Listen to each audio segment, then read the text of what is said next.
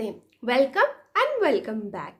So guys, आज मैं एक अपडेट देना चाहती हूँ। आप लोगों को पता है कि मैं जेन्युइन अपडेट्स देना पसंद करती हूँ with proof and results.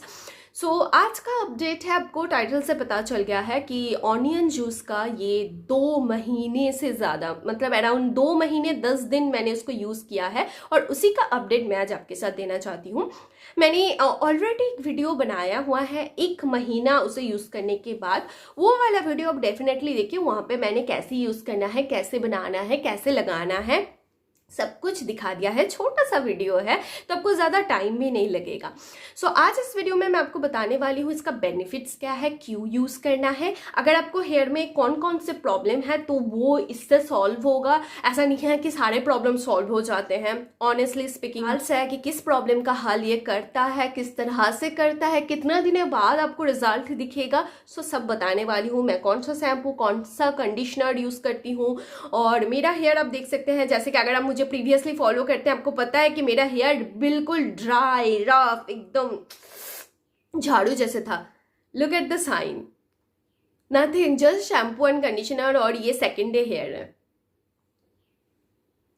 I love it. सबसे पहले ऑनियन जूस का बेनिफिट्स क्या है, क्यों हमें भाई इसको यूज़ करना है जी। इसका तो खाने को अगर आप खाएंगे तो बॉडी के लिए तो बहुत सारा बेनिफिट्स था। स्पेशली तो आजकल ये सारे रिसर्च में पाया गया है कि ये कैंसर को प्रिवेंट करता है।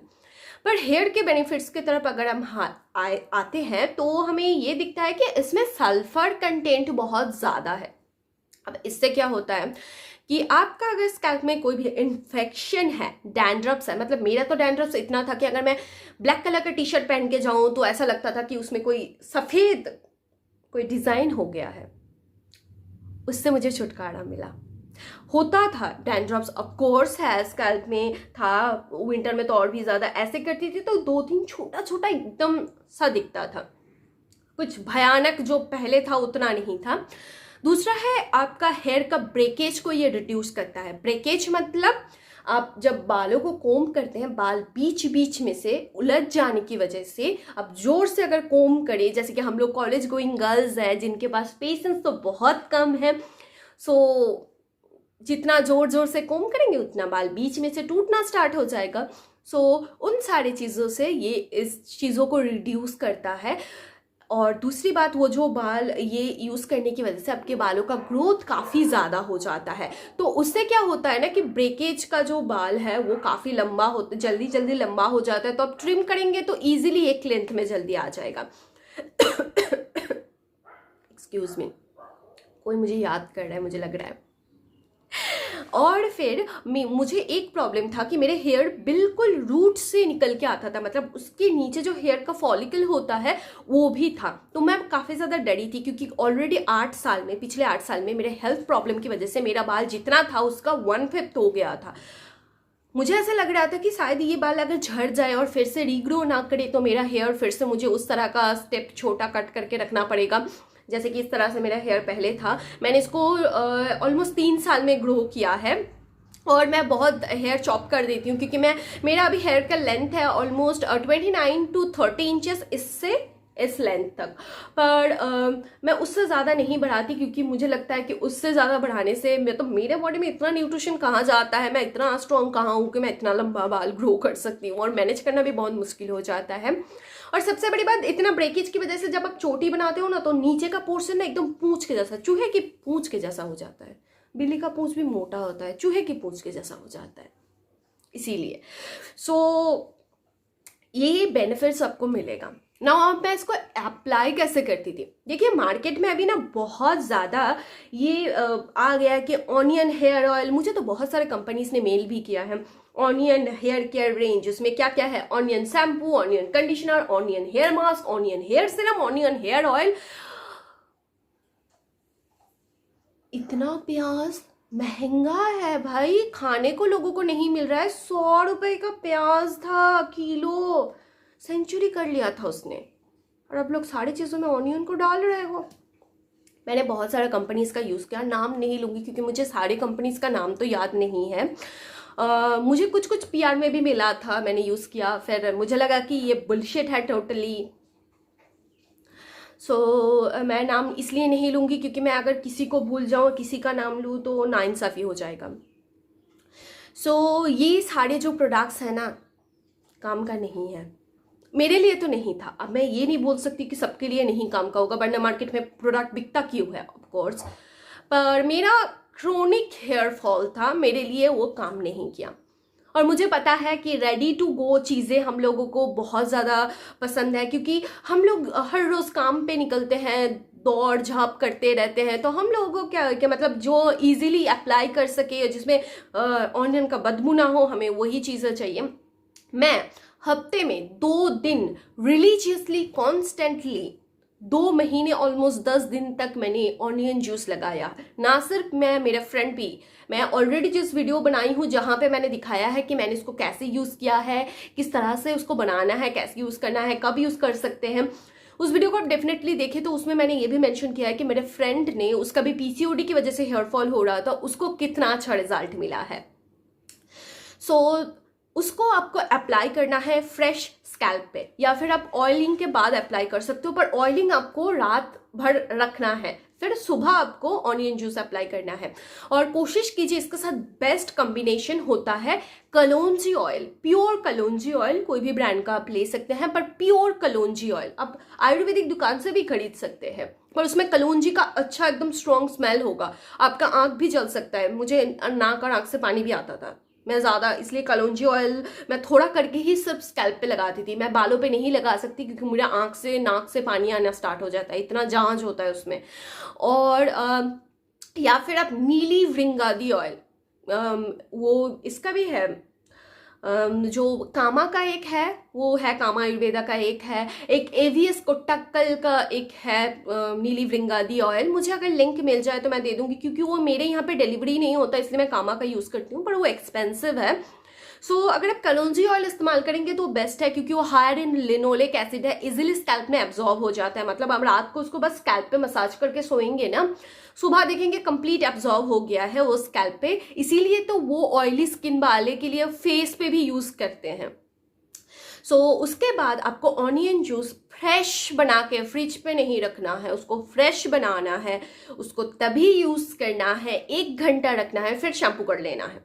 और अगर आपका उसका स्मेल नहीं जा रहा है, आपको बस में, ट्रेन में ट्रैवल करना है, कहीं दूर जाना है काम के लिए, एक टिप है, आप 1 मग पानी में 3-4 चम्मच एप्पल सिडर विनेगर, एसीबी सभी जानते हैं एप्पल सिडर विनेगर क्या है, उसको मिलाना है, फिर बालों के एंड्स को उसमें डिप करना है, 30 सेकंड्स रखिए, और फिर बाकी जो पानी है उसको बालों को इस तरफ या फिर इस तरफ करके उसको पोर कर लेना है। आँख में नहीं जाना चाहिए वरना बहुत जलन होगा।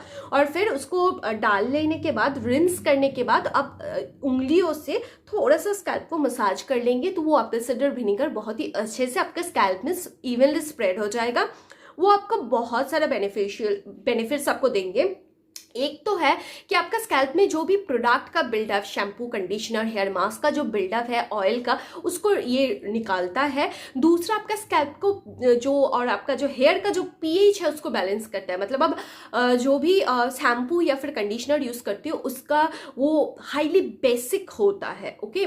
मतलब उसमें सोप का कंटेंट ज़्यादा होता है ऑब्वियसली, और आप एसिड को यूज़ करेंगे तो वो काइंड ऑफ बैलेंस करने में मदद करता है। और तीसरा है, आपके हेयर बहुत शाइनी हो जाएगा। Look at me. आपको शैम्पू करना है, कंडीशनर करना है, फिर रिंस करना है। और चौथा है कि आपके हेयर से जितना भी बदबू, स्मेल, पसीने के बदबू है, सभी चला जाता है। फिफ्थ है, डैंड्रफ्स को बहुत ही हद तक रिड्यूस करता है, पर उसको 1 बड़ा मग पानी में उसको डाइल्यूट जरूर करना है, ओके। ये था सारा प्रोसेस, आपको इसको किस तरह से यूज़ करना है। अब जी मेरा ओपिनियन, जी मेरा हेयर फॉल इसलिए होता था क्योंकि मेरे बॉडी में बहुत सारे चीज़ों का, मैक्रो एंड माइक्रो एलिमेंट्स का डेफिशिएंसी है। और दूसरा, मुझे पीसीओडी का प्रॉब्लम है, मेरा बॉडी पे और भी बहुत सारे प्रॉब्लम्स है, सर पे, बॉडी पे, बहुत जगह पे। मैं इसीलिए 8 साल से बहुत ज़्यादा बीमार भी थी। ये मेरा पर्सनल प्रॉब्लम्स है, तो उसकी वजह से मुझे हेयर फॉल्स होते थे बहुत ज़्यादा। पर finally I got rid of it. मैंने इसको बंद किया है। अभी मुश्किल से 3-4 बार टूटते हैं, सो मैक्सिमम दिन में 6-7, और जब मैं हेयर वॉश करने जाऊँ तब भी मैक्सिमम 3 से 4, उससे ज़्यादा नहीं। पर क्या मुझे एक दिन में रिजल्ट मिल गया? बिल्कुल नहीं। मुझे इवन 2 महीना 10 दिन करने के बाद भी मेरा हेयर फॉल होता था। कितना होता था? 10 से 15, फिर आहिस्ता आहिस्ता वो रिड्यूस होना। नानी के गुजरने के बाद मैं 25 दिन वहाँ पे थी नाना के पास, और मैंने कुछ भी नहीं किया। पर मुझे अभी भी हेयर फॉल नहीं होता। और जो शैम्पू और कंडीशनर मैं पहले यूज़ करती थी, खादी का आंवला व्रिंग शैम्पू, बहुत ही अच्छा शैम्पू है, पर एक प्रॉब्लम था कि उससे मेरा ड्राई हेयर और ड्राई हो जाता था। तो मैं आपको कुछ टिप्स दूंगी। एक, आपको सल्फेट फ्री शैम्पू यूज़ करना है अगर आप अपने हेयर को ग्रो करना चाहते हो, क्योंकि सल्फेट शैम्पूज हेयर को ड्राई कर देता है, और ओवर द टाइम, आपको आज पता नहीं चलेगा, बहुत ही शाइनी सिल्की लगेगा, ओवर द टाइम कुछ टाइम बाद आपका बालों का ग्रोथ बहुत कम हो जाता है और बाल काफ़ी ज़्यादा ड्राई हो जाते हैं। दूसरा है सिलिकॉन फ्री कंडीशनर, क्योंकि सिलिकॉन जिस कंडीशनर में है वो आपके हेयर पे बिल्डअप्स क्रिएट कर सकते हैं, तो हेयर को मॉइस्चर मिलने से रोकता है। और तीसरा है आपका एप्पल साइडर विनेगर रेंज, ये 3।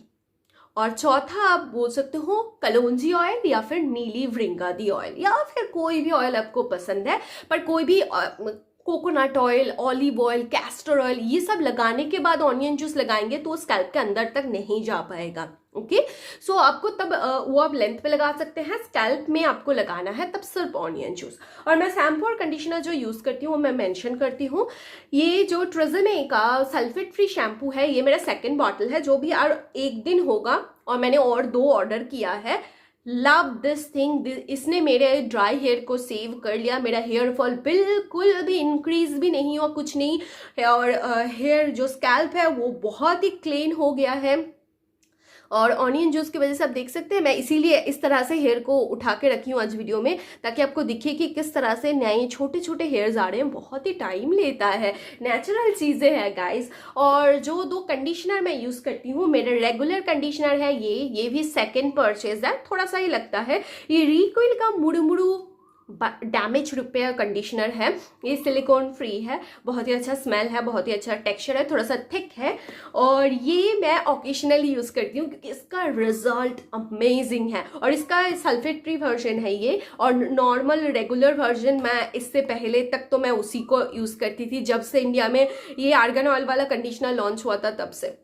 बेस्ट कंडीशनर है, हेयर फॉल को इंक्रीज नहीं किया, लेंथ में बस लगाती हूँ कानों के नीचे से, बहुत ही अच्छा कंडीशनर है। लव दिस, कहीं जाना हो तो मैं इसी को लगाती हूँ।